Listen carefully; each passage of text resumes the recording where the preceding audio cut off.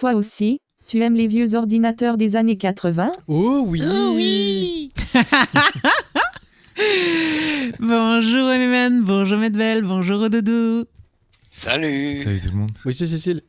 Bonjour, bienvenue dans Underscore, l'émission qui vous dit tout sur la culture numérique. Aujourd'hui, c'est vrai, on va parler encore d'ordinateurs des années 80, Une vieillerie. de vieillerie. Ouais. Et oui, parce que j'ai sorti un vieux magazine du placard. Ah, je vois là sur la table. Là, Ouais, Tilt.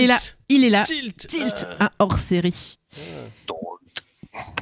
Mais avant, un peu d'actu Ah bah. et des fails. Ah bah accrochez-vous hein, parce que et encore j'ai pas tout mis parce que il y avait tellement de trucs sur l'IA que on fera un sujet après mais c'est pas grave. Allez, alors qu'est-ce qu'on a? Eh ben encore des fuites. Fédération française de voitures radiocommandées. Je fais toute la liste. Oui vas-y. Oh là. Musée des Arts et Métiers, Mondial Relais encore, Unicité pour 40 gigas de données personnelles des volontaires des services civiques, dont 80 000 pièces d'identité. La CAF, avec notamment les données de contact relatives à la demande de RSA. Ce sera à cause de la DINUM en fait. Il y a l'Olympique de Marseille. Voilà, la CFDT qui confirme un vol de données qui concerne aussi les ex-adhérents.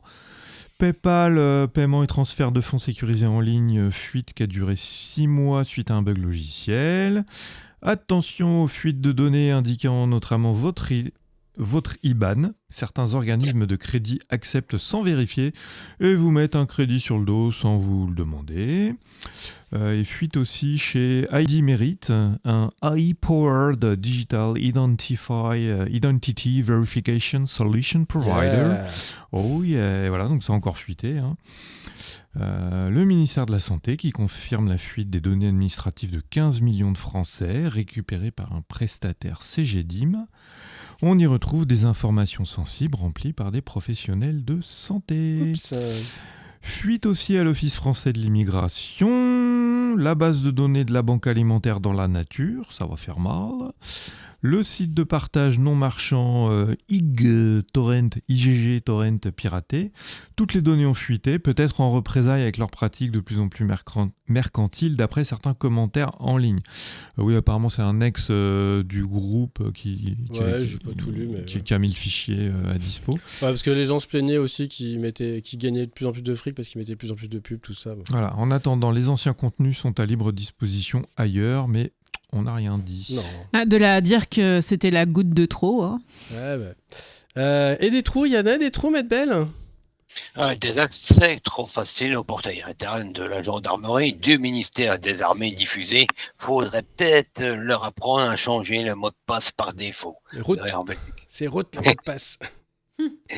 Une vulnérabilité Chromium en pur CSS qui permet de récupérer des données sensibles comme le token CSRF.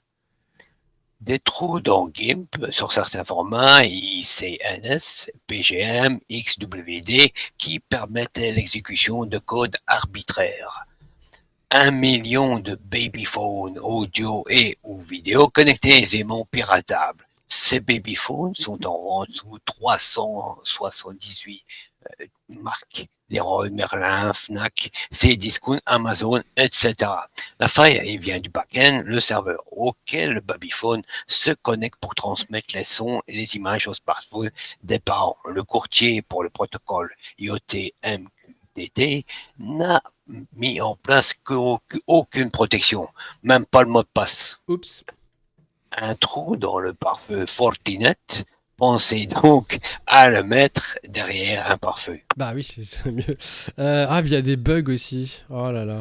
Un test de vote électronique échoue en Suisse car le système n'a pas pu déchiffrer la clé USB pour récupérer 2048 votes. Et le gestionnaire de billetterie Vivaticket, victime d'un ransomware, il gère notamment le château de Chambord. C'est ballot, il y a une expo nommée Flop, justement. Ah, ça change des fails. Qu'est-ce qu'on a niveau RGPD, tout ça? Alors, un ex-lobbyiste Meta se retrouve chargé de réécrire le RGPD. Oui, mais alors non. Le Conseil d'État débute Criteo et confirme l'amende de 40 millions d'euros de la CNIL pour avoir enfreint le RGPD. Le DPBB Le CNIL européen confirme que les bloqueurs de bannières et pop-up de cookies équivalent à un refus de consentement. C'est donc légal et de faire respecter ses droits sans avoir à perdre son temps. Ouais. Niveau censure, surveillance et espionnage, je suis sûr qu'il y a plein de trucs aussi.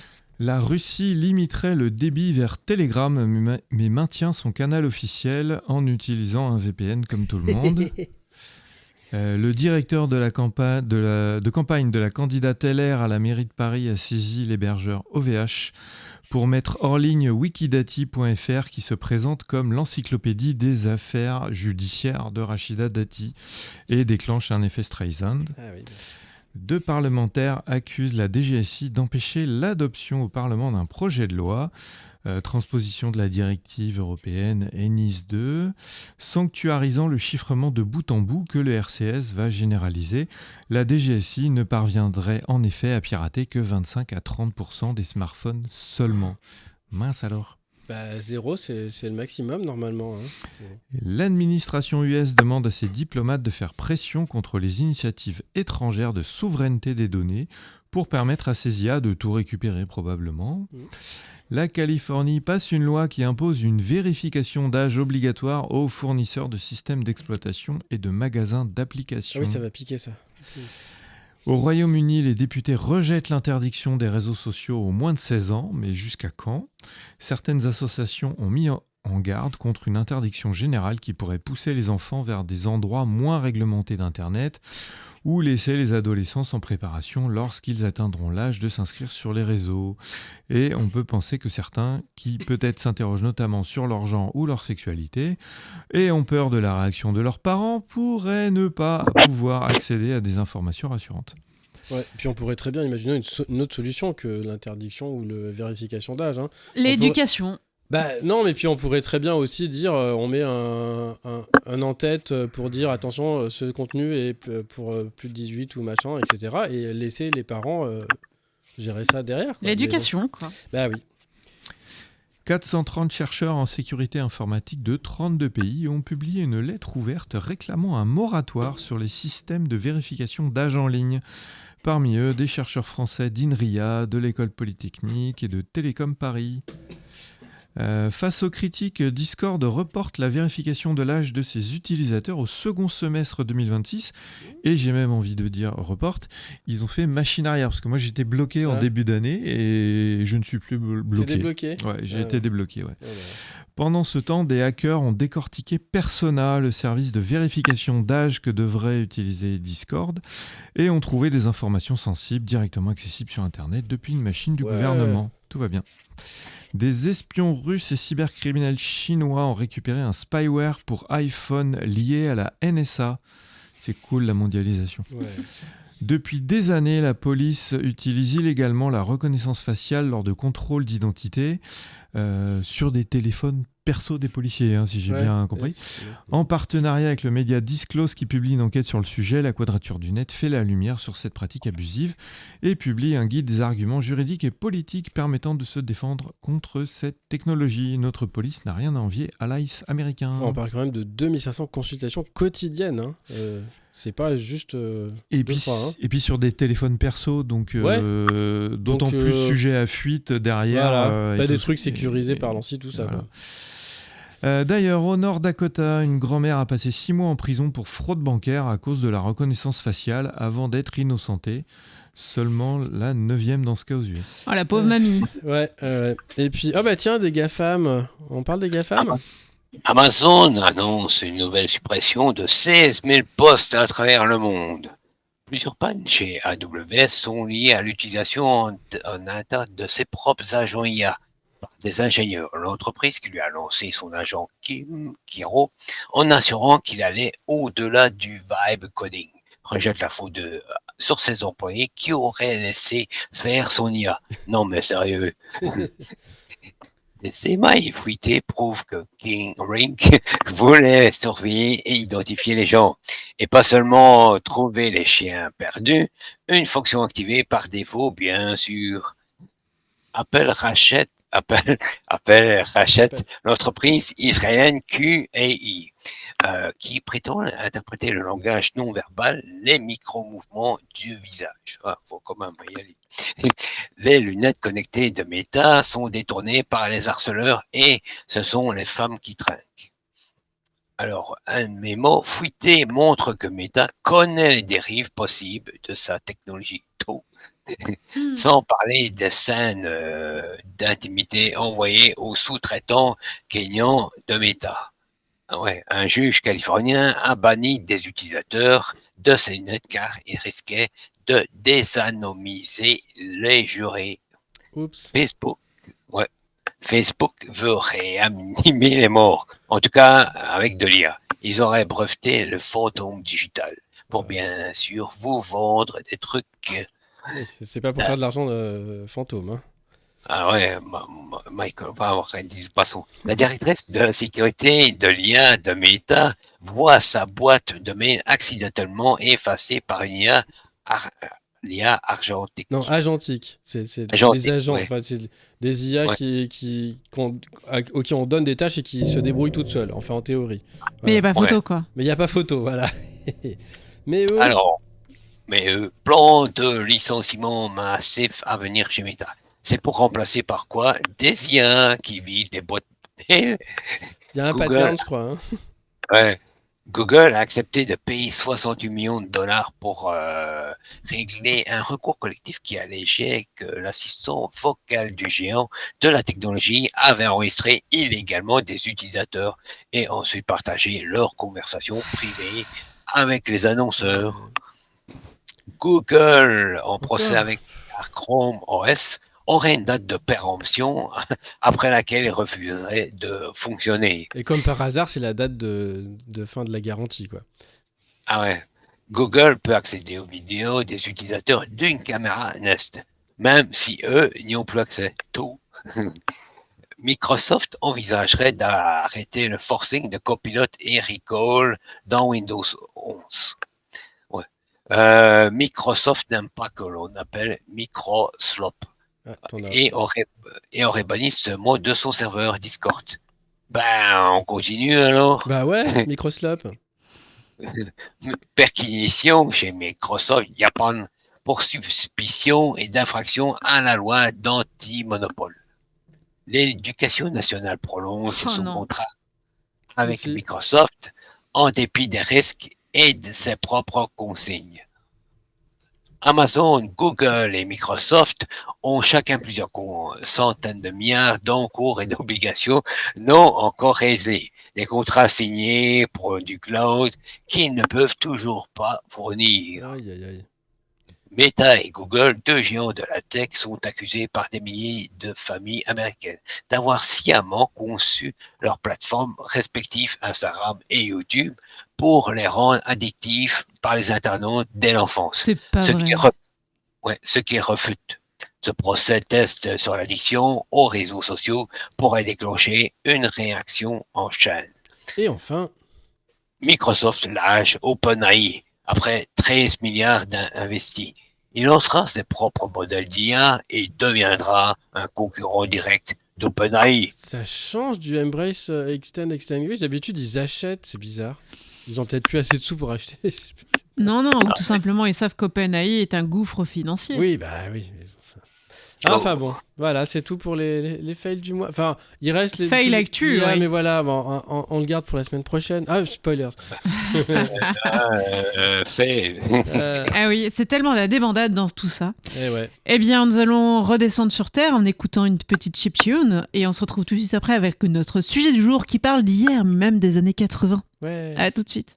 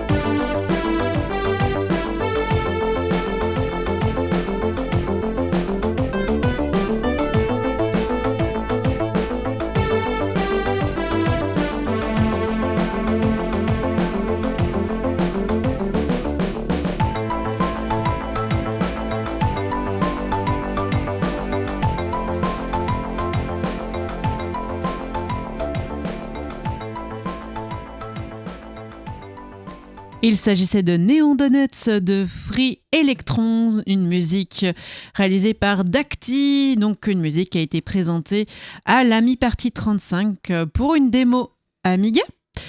Et ça tombe bien parce que le sujet du jour... Et on rappelle quand même que vous nous écoutez sur Radio Méga, 99.2 Ouais.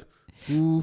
Fréquence Mutine, en West Track ou bien encore Radio Primitive Et Radio Cactus. et Radio Cactus. Et vous pouvez nous retrouver sur underscore.radio.fm. Et oui, et oui, et oui. Ah, maintenant on peut passer au sujet. Ah, passons au sujet. Enfin, le sujet que tout le monde attend, surtout ceux qui sont vieux comme nous ou presque. Oui, j'y étais. Hein? Eh bien, on va parler d'un match ST Amiga. Oh, Paris Match? Non, pas le Paris Match. ST, Amiga vaincra. voilà, ST versus Amiga. Atari. Le match qui a marqué toute une génération. Eh bien oui, j'ai rapporté un magazine à la radio, un magazine de l'époque. Un Oui, truc avec des pages, un truc des avec arbres des morts. pages. Qui sent le vieux papier jauni. Ouais. Oui, exactement. Nous sommes en mars 1988. Le hors-série Tilt titre Match ST Amiga. Il y a du lourd. 38 ans après, me voilà prête à me replonger dans ce sempiternel combat entre deux machines qui fut à leur époque une véritable porte d'entrée vers une micro-informatique de plus en plus présente dans les foyers.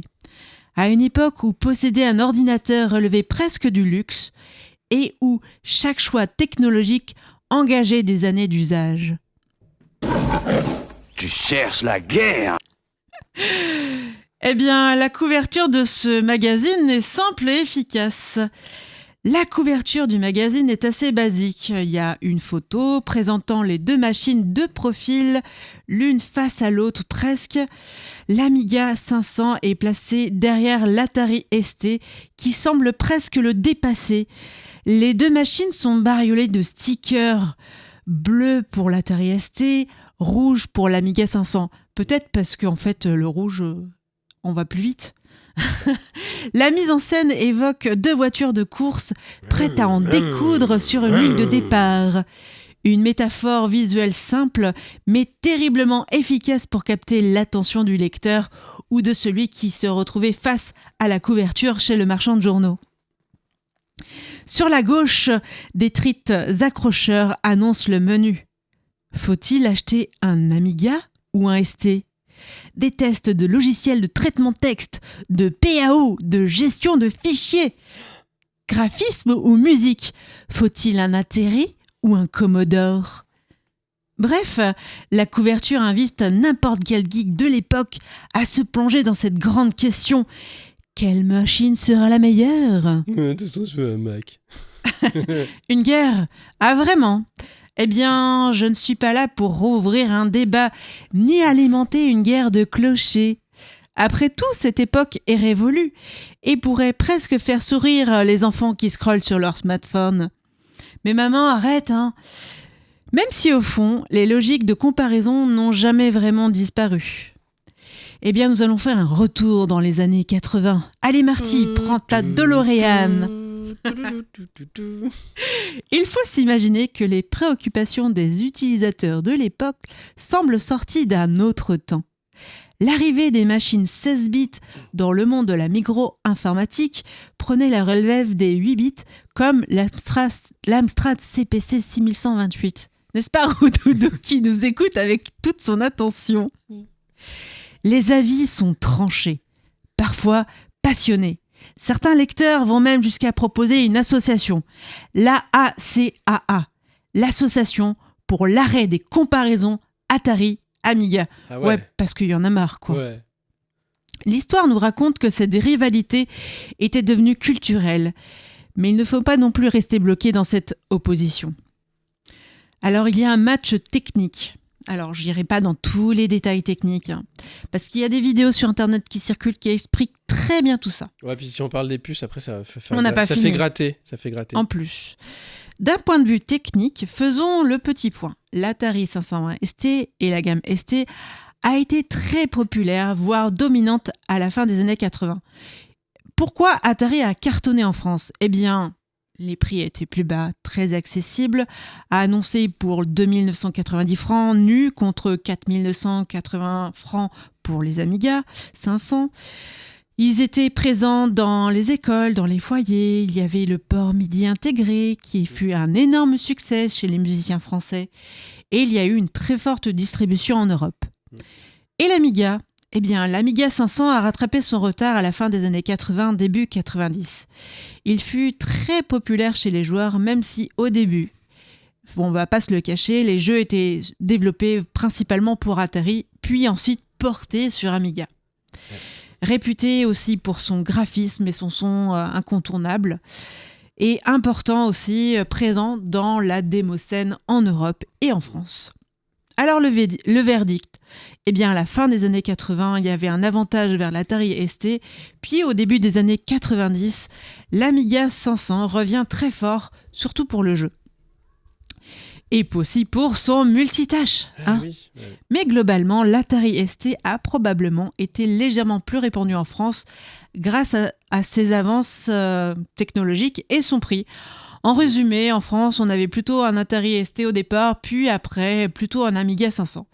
Et pour les musiciens, clairement, le principal objet, c'était un objet professionnel, c'était l'Atari. Ouais. Les infographistes aussi pour la PAO, il y avait Calamus et tout ça.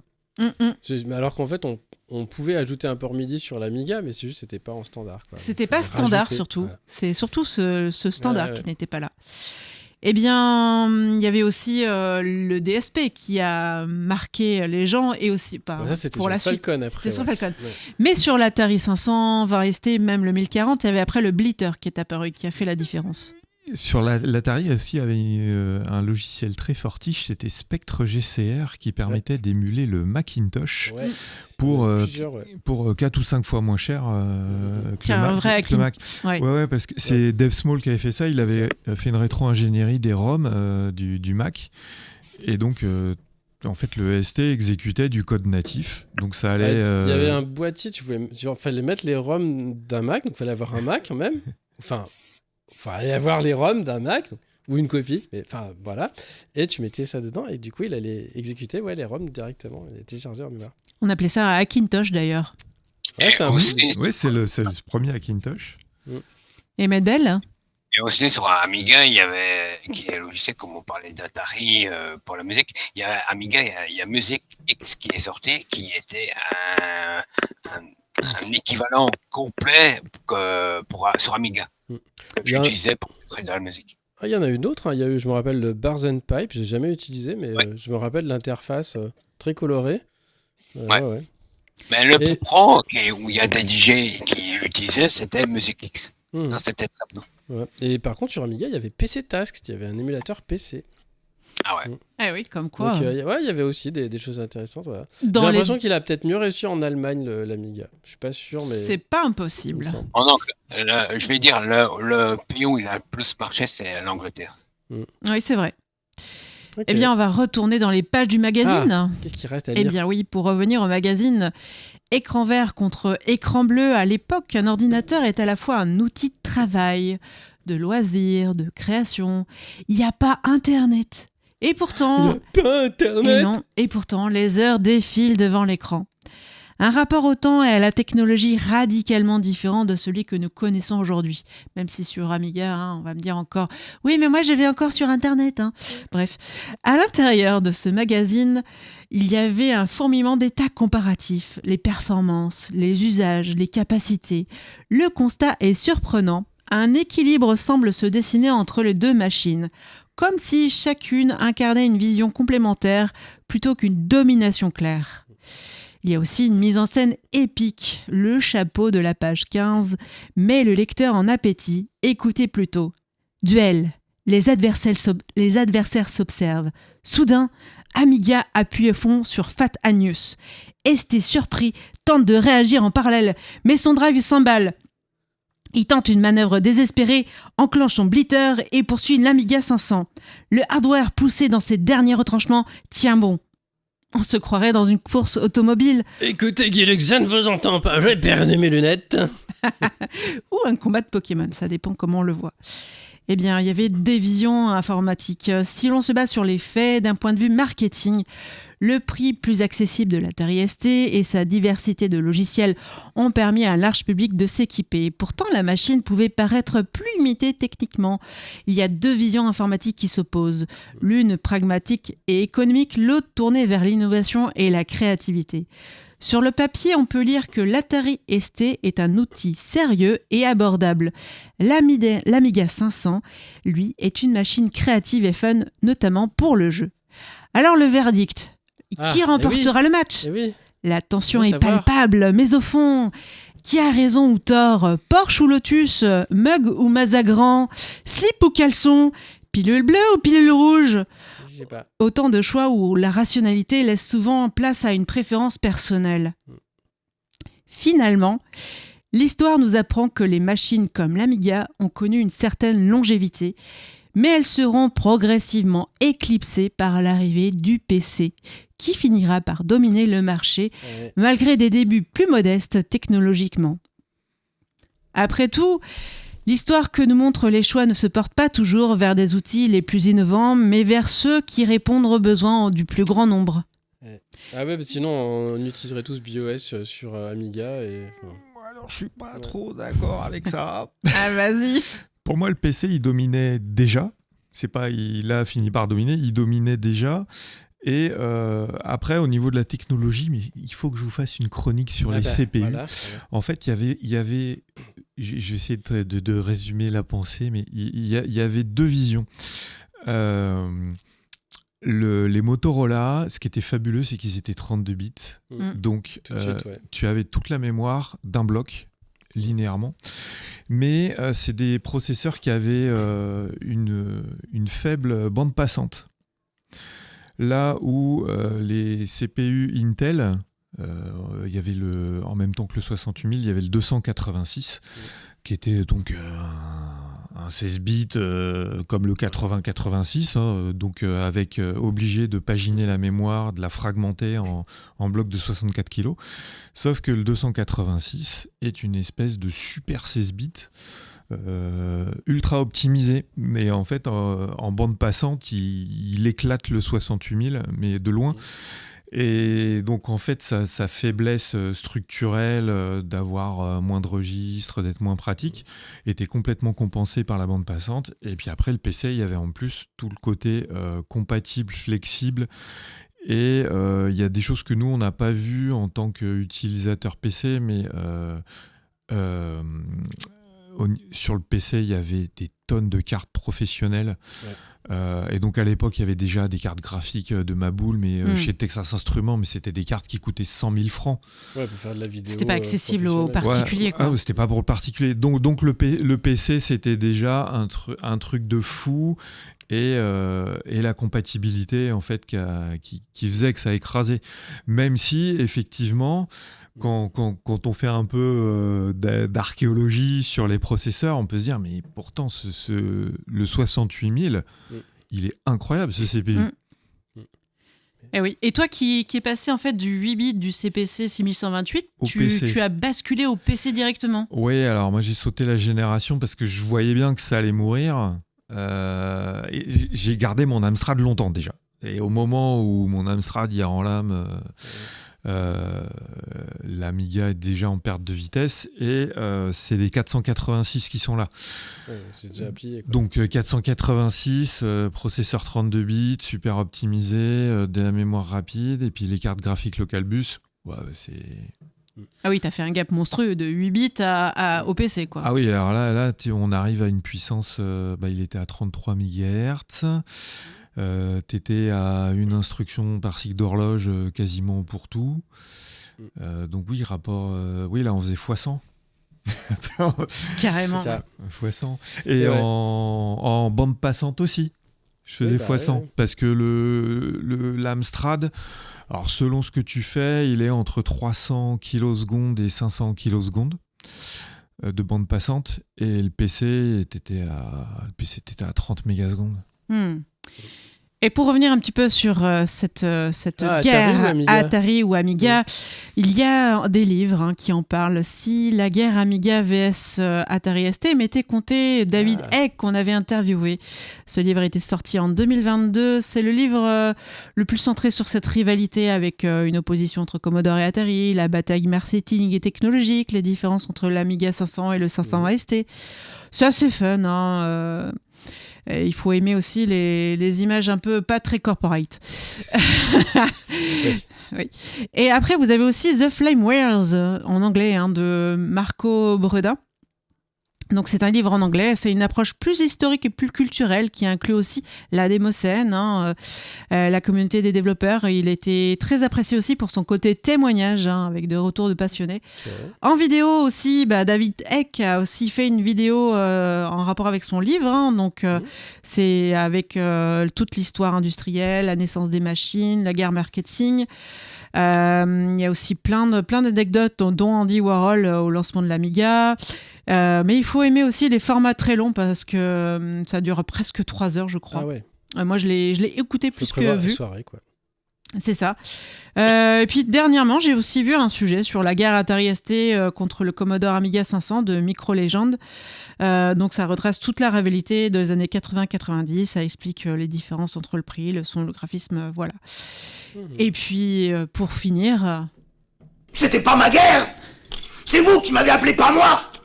J'ai fait ce qu'il fallait pour gagner, mais on n'a pas voulu nous laisser gagner. Ah voilà, c'est la photo PC. Exactement, comme disait Rambo. C'est la photo PC. Eh bien, pour conclure ce sujet, on va vous proposer d'écouter une musique Atari. Ah bah voilà. Ah.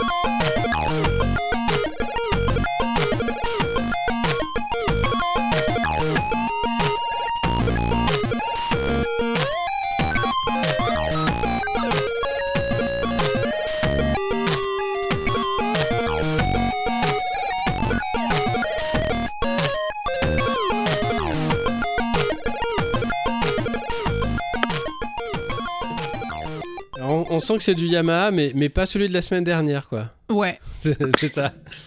Yamaha. c'est pas faux.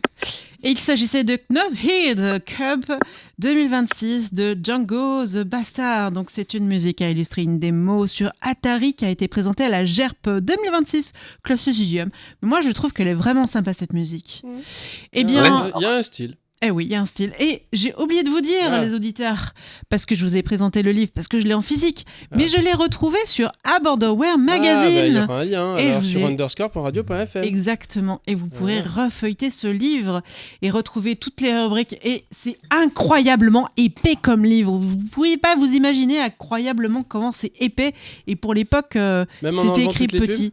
Ah mais ouais, moi je trouve que c'est c'est pas que impressionnant. des pubs, c'était aussi les prix de tous les catalogues parce qu'on avait Il n'y a pas tous les catalogues ici. Ouais, Par y a contre, pas on a besoin. un listing de jeux vidéo à fond. Ah ouais. Quoi. C'est impressionnant Ouais. avec un descriptif. On a l'impression de se retrouver dans les livres d'aujourd'hui qui présentent les jeux vidéo pour parler de l'historique en fait. Et ouais. Voilà. Et ben si vous nous écoutez, si vous êtes peut-être sur Radio Méga, Ben oui, ou sur Fréquence Mutine, ou bien sur Radio Primitive, ou Radio Cactus, ou Westrack, voilà. au plus haut de la France. Nous passons à l'agenda. Et qu'est-ce qu'on a Ben, ça m'a fait tel tous. Aide à l'utilisation de Linux. Ton ordi a besoin d'une mise à jour de Linux. La webcam ne fonctionne pas, difficile d'imprimer. Tu voudrais des conseils pour que certaines spécificités de Linux. Pendant cet atelier, nous pourrons chercher ensemble une solution pour régler les problèmes que tu rencontres avec Linux ou tester d'autres distributions Linux ou installer et paramétrer de nouveaux logiciels libres. Prévoir ton ordinateur, éventuellement une clé USB de 8 Go ou plus pour faire des tests, une boisson à partager ou un truc à grignoter. Sur inscription avec détails dans ton cas par mail à tac@gamma-race-pro ou signal RGFR. Ouais, mais on mettra les détails sur le blog parce que c'est compliqué à lire. Ouais. Mardi 31 mars de 18h30 à 20h30, Valence Atelier Libre, 13 rue Montplaisir à Valence. Apéro Oh, génial! Porte ouverte au Fabrico, un moment convivial pour découvrir les activités du tiers-lieu avec Mumu. Ah oui.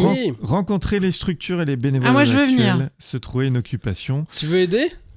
Non, moi je veux venir. Non, mais c'est- À l'apéro, oui, bien Oui, sûr. moi, à Ah, bon, l'apéro, ok, toujours voilà. à l'apéro. Ce sera mercredi 1er avril à 19h au Fabrico, 7 rue Belle-Image, Valence. Voilà, donc s'il y en a qui ont aussi envie de s'engager, c'est avec plaisir. Il n'y aura pas de poisson. Hein. Le numérique responsable, coordonné par un initiative de Valence Romance, innove avec le cadre du programme L'accélérateur de transition. Cette soirée dédiée au numérique responsable abordera les questions suivantes. Quels sont les impacts écologiques du numérique en entreprise? Qu'apporte le logiciel libre en termes de résilience économique, écologique et politique?